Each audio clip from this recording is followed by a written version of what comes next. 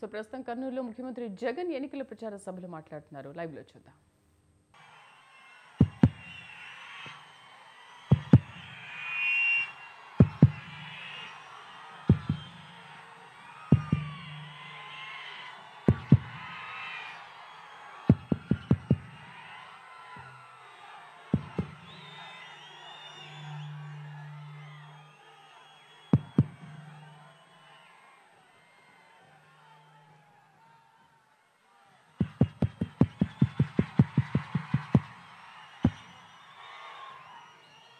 కొంచెం ఈ జెండాలు ఈ పోస్టర్స్ ఇవన్నీ కొంచెం సైడ్కి పోతే వెనకల వాళ్ళకి కనపడతాయమ్మా. దయచేసి అందరూ మంచోళ్ళు కదా, దయచేసి కొంచెం ఈ పోస్టర్లు ఇవన్నీ కొంచెం సైడ్కి పోవాలా. జెండాలు కొంచెం దింపేస్తే వాళ్ళమ్మా, కొంచెం దింపేస్తే వెనకల వాళ్ళకి కనపడతాం. మంచోళ్ళు కదా మీరంతా, దయచేసి.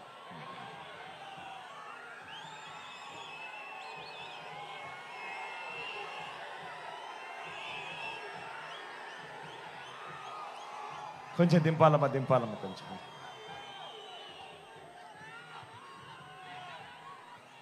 కర్నూల్ సిద్ధమా?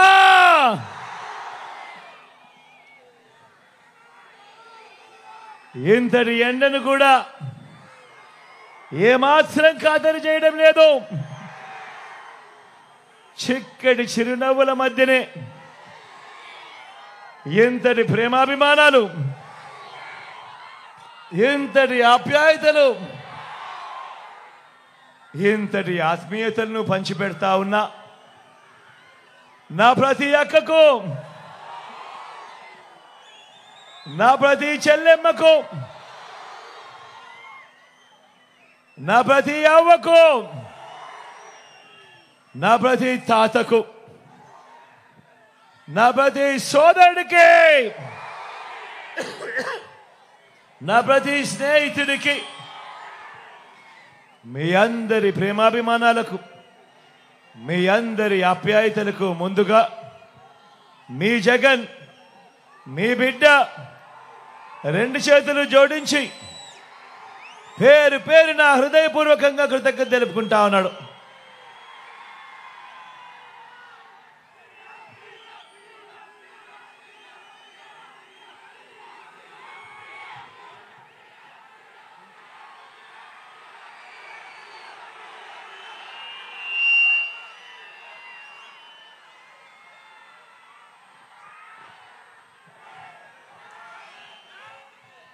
కేవలం 4 రోజుల్లో జరగబోతా ఉన్నాయి కురుక్షేత్ర మహాసంగ్రామం. మీ అందరితో కూడా ఈ సందర్భంగా ఒక్క విషయం చెప్పదలుచుకున్నా.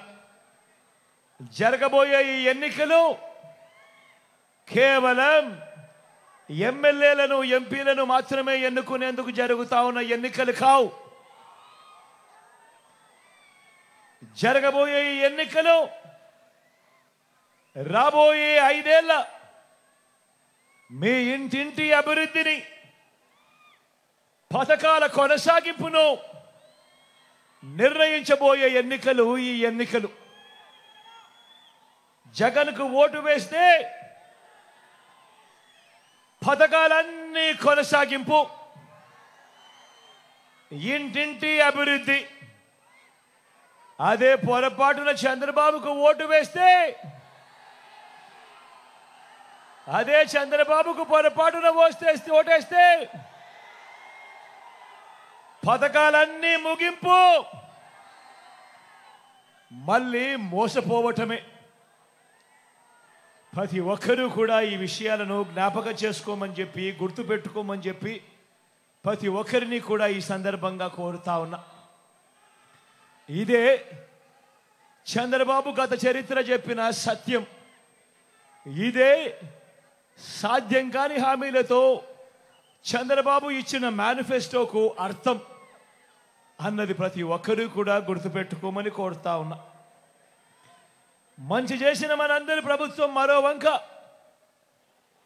దేవుడి దయతో, మీ అందరి చల్లని దీవెనలతో గత చరిత్రను మారుస్తూ, గత చరిత్రలో ఎప్పుడూ కూడా జరగని విధంగా ఏకంగా మేనిఫెస్టోను చెత్తబుట్టలో వేసే సంప్రదాయాన్ని మారుస్తూ మేనిఫెస్టోలోని 99% వాగ్దానాలను అమలు చేసింది.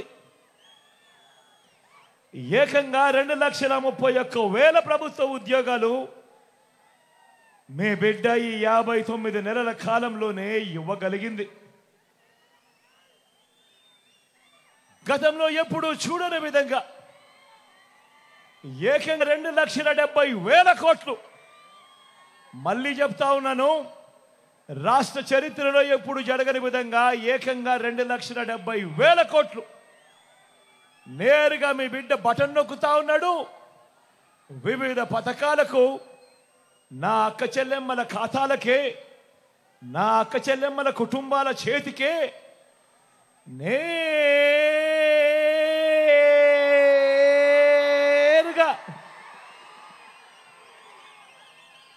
వారికే పంపించడం జరిగింది. ఈ 59 నెలల కాలంలో ఏకంగా 2,70,000 కోట్ల రూపాయలు. గతంలో ఎప్పుడూ కూడా జరగని విధంగా, ఎలాంటి లంచాలు లేకుండా, ఎలాంటి వివక్ష లేకుండా ఆలోచన చేయమని అడుగుతా ఉన్నా.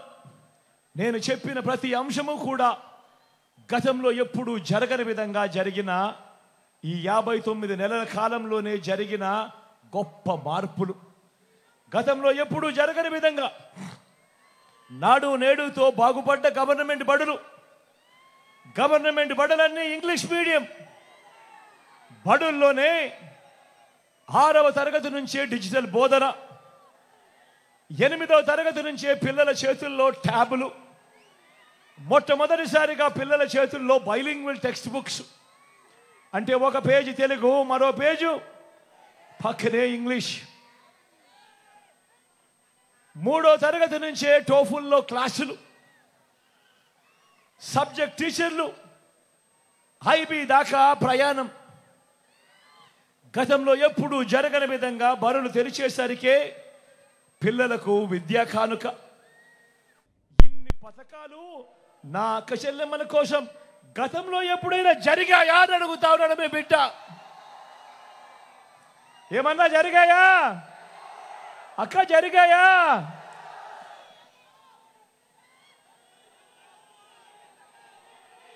రైతన్నకు పెట్టుబడికి సహాయంగా గతంలో ఎప్పుడూ చూడని విధంగా,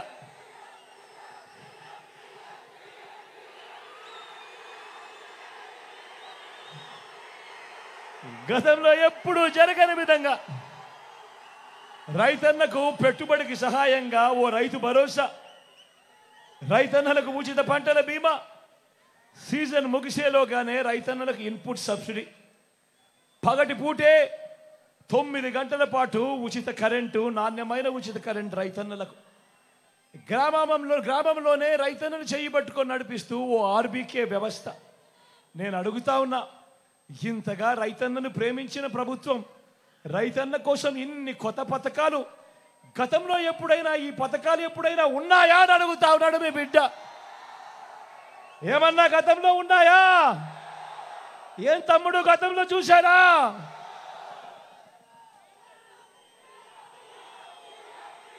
స్వయం ఉపాధికి అండగా,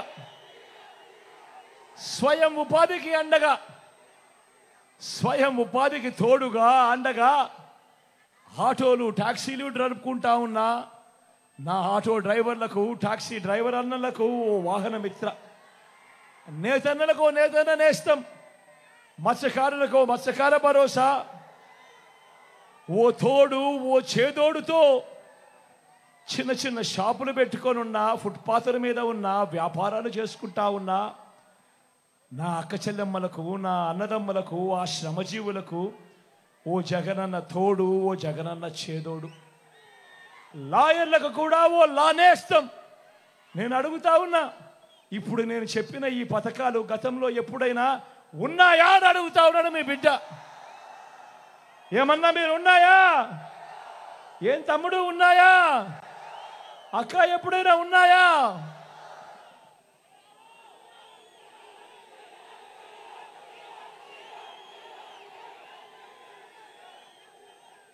పేదవాడు తన ఆరోగ్యం కోసం అప్పుల పాలయ్యే పరిస్థితి రాకూడదు అని పేదవాడి ఆరోగ్యానికి రక్షగా విస్తరించిన 25 లక్షల దాకా ఉచితంగా ఆరోగ్యశ్రీ. పేదవాడికి ఆపరేషన్ అయిపోయిన తర్వాత రెస్ట్ పీరియడ్లో కూడా ఓ ఆరోగ్య ఆసరా. మొట్టమొదటిసారిగా పేదవాడికి అందుబాటులో గ్రామంలోనే ఓ విలేజ్ క్లినిక్, గ్రామానికే ఫ్యామిలీ డాక్టర్, ప్రతి ఇంటిని జల్లెడ పడుతూ ఇంటికే ఆరోగ్య సురక్ష. నేను అడుగుతా ఉన్నా, పేదవాడి ఆరోగ్యం కొరకు ఇంతగా పరితపించిన ప్రభుత్వం గతంలో ఎప్పుడైనా ఉందా అని అడుగుతా ఉన్నాను మీ బిడ్డ.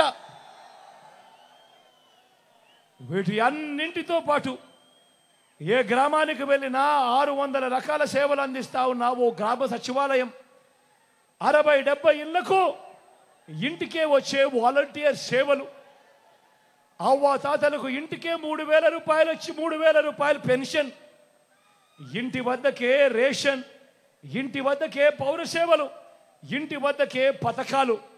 గ్రామంలోనే ఓ మహిళా పోలీస్ నా అక్క చెల్లెమ్మలకు అండగా, ప్రతి అక్క చెల్లెమ్మ పేరిట తనకు తోడుగా తన ఫోన్లోనే ఓ దిశ యాప్. నేను అడుగుతా ఉన్నా ఇవన్నీ గతంలో ఎప్పుడైనా జరిగాయా అని అడుగుతా ఉన్నాడు మీ బిడ్డ. ఈ పథకాలన్నీ, ఈ మార్పులన్నీ ఓ లంచాలు లేని, వివక్ష లేని పాలనను గతంలో ఎప్పుడైనా చూశారా అని అడుగుతా ఉన్నాడు మీ బిడ్డ. ఏమన్నా చూశారా?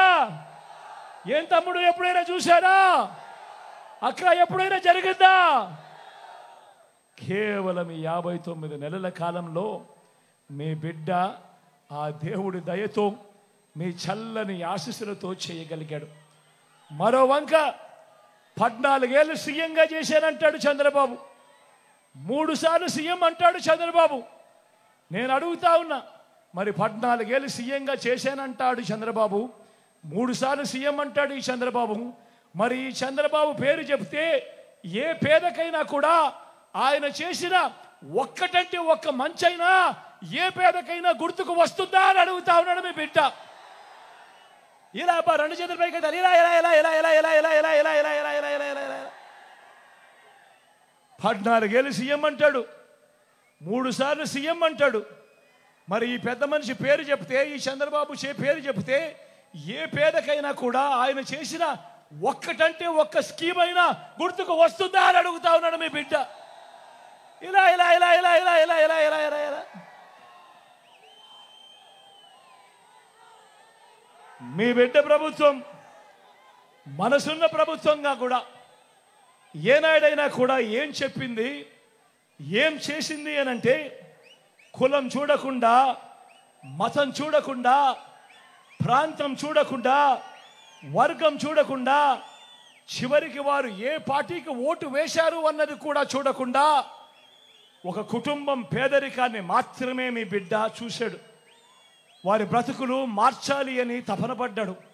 ఈ 59 నెలల కాలంలో వారి బ్రతుకులు మార్చడం కోసమే మీ బిడ్డ అడుగులు వేశాడు. కానీ చంద్రబాబు రాజకీయం ఊసరు వెళ్ళి రాజకీయం. ఆయన బాగా ముదిరిపోయిన తొండ. ఒక పక్క 4% ముస్లింల రిజర్వేషన్లను రద్దు చేస్తామని శపథం చేసిన బీజేపీ పార్టీతో ఈ చంద్రబాబు జత కడతాడు. మరో పక్క మైనారిటీల ఓట్ల కోసం మైనారిటీలను మోసం చేసేందుకు ఈ చంద్రబాబు డ్రామాలు మొదలెట్టాడు, దొంగ ప్రేమ నటిస్తాడు. కానీ 4% రిజర్వేషన్లను మైనారిటీలకు రద్దు చేస్తామంటా ఉన్న బీజేపీతోనే కొనసాగుతాడట ఈ చంద్రబాబు. మరి ఇంతకన్నా ఊసర వెళ్ళి రాజకీయాలు ఎక్కడైనా ఉంటాయా అని అడుగుతా ఉన్నాడు మీ బిడ్డ. నేను చెప్తా ఉన్నా, 600 అయినా 106 4% రిజర్వేషన్లు ఉండి తీరాల్సిందే. ఇది మీ జగన్ మాట, ఇది వైఎస్ఆర్ బిడ్డ మాట. మరి చంద్రబాబు ఇలా మోడీ గారి సమక్షంలో చంద్రబాబు ఇలా మాట్లాడగలుగుతాడా అని అడుగుతా ఉన్నాడు మీ బిడ్డ. మరి మైనారిటీల రిజర్వేషన్లను రద్దు చేస్తామన్న తరువాత కూడా ఎన్డీఏలో ఎందుకు కొనసాగుతా ఉన్నాడు ఈ చంద్రబాబు అని అడుగుతా ఉన్నాడు మీ బిడ్డ. మైనారిటీల మీద మీ బిడ్డది నిజమైన ప్రేమ. ఇదే సందర్భంగా నేను ఒక్క మాట చెప్పాలి. ఇక్కడున్న వేల జనాలకే కాదు, రాష్ట్ర వ్యాప్తంగా ఉన్న జనాలందరికీ కూడా చెప్పాలి. 4% రిజర్వేషన్లు కేవలం మతం ప్రాతిపదికగా ఇచ్చిన రిజర్వేషన్లు కావు. ముస్లింలలో కూడా ఉన్నత వర్గాలకు ఆ రిజర్వేషన్లు వర్తించడం లేదు. పఠాన్లకు వర్తించడం లేదు, సయ్యదులకు వర్తించడం లేదు, మొఘల్స్కు వర్తించడం లేదు. ఇవి కేవలం వెనకబాటు ప్రాతిపదికగా మాత్రమే ఇచ్చినవి. అందరూ గమనించాల్సింది ఏమిటి అనంటే అన్ని మతాల్లో కూడా బీసీలు ఉంటారు, అన్ని మతాల్లో కూడా ఓసీలు ఉంటారు. మరి అలాంటప్పుడు మైనారిటీలను వేరుగా చూడడం, రాజకీయ స్వార్థం కోసం మైనారిటీలకు నోటిదాకా వచ్చిన కూడును తీసేయాలనుకోవడం ఎంత మటుకు ధర్మము అని చెప్పి అడుగుతా ఉన్నాడు మీ బిడ్డ. ఇవి రాజ్యాంగానికి లోబడి ఇచ్చిన రిజర్వేషన్లు. రాజకీయ స్వార్థం కోసం వారి జీవితాలతో ఆడుకోవడం దుర్మార్గం కాడా అని అడుగుతా ఉన్నాడు మీ బిడ్డ. అందుకే ఇవి ఎట్టి పరిస్థితుల్లోనూ కొనసాగుతాయి.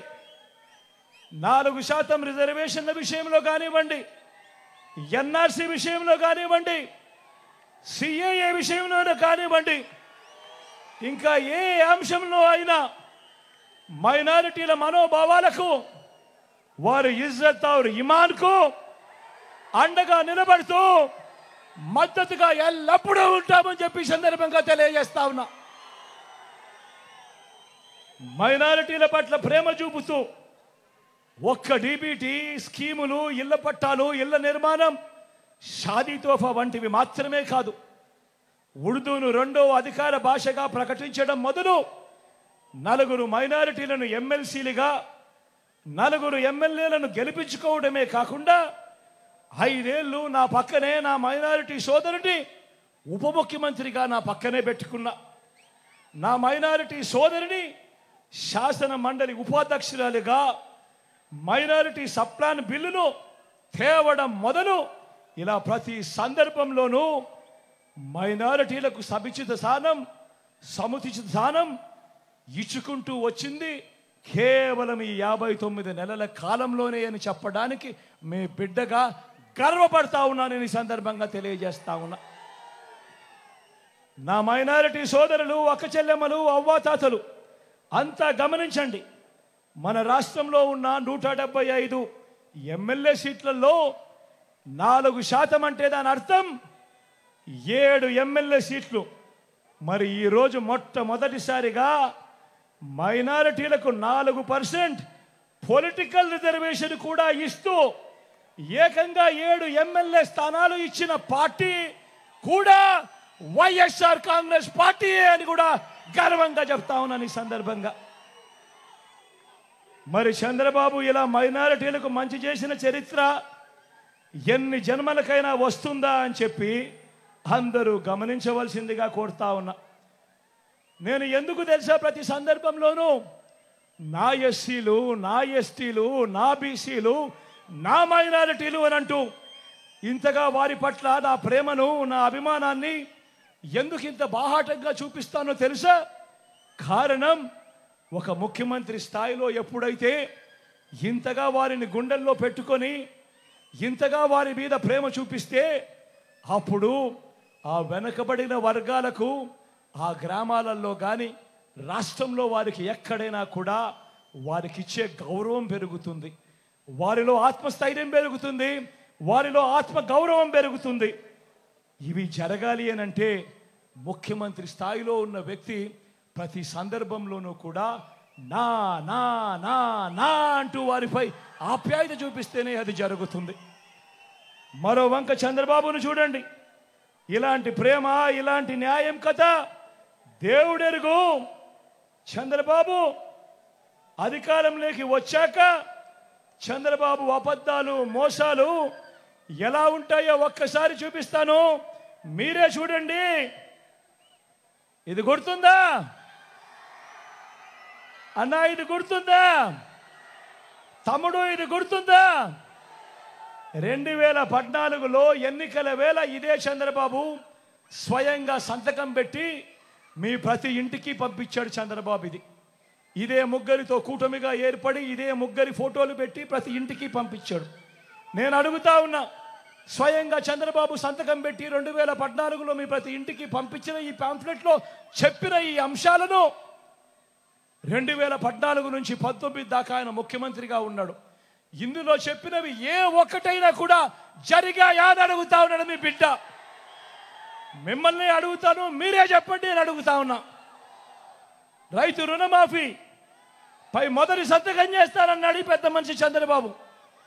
మరి 87,612 కోట్ల రూపాయల వ్యవసాయ రుణాల మాఫీ జరిగిందా అని అడుగుతా ఉన్నాడు మీ బిడ్డ. రెండు చేతుల పైకెత్తాలి, ఇలా ఇలా ఇలా ఇలా ఇలా ఇలా ఇలా ఇలా ఇలా. రెండోది, పొదుపు సంఘాల రుణాలన్నీ రద్దు చేస్తానన్నాడు. నేను అడుగుతా ఉన్నా, 11,205 కోట్ల రూపాయలు డ్వాక్రా అక్కచెల్లెమ్మల రుణాల మాఫీ. ఇందులో కనీసం ₹1 అయినా మాఫీ చేశాడా అని అడుగుతా ఉన్నాడు మీ బిడ్డ. ఇలా ఇలా ఇలా ఇలా ఇలా ఇలా ఇలా ఇలా.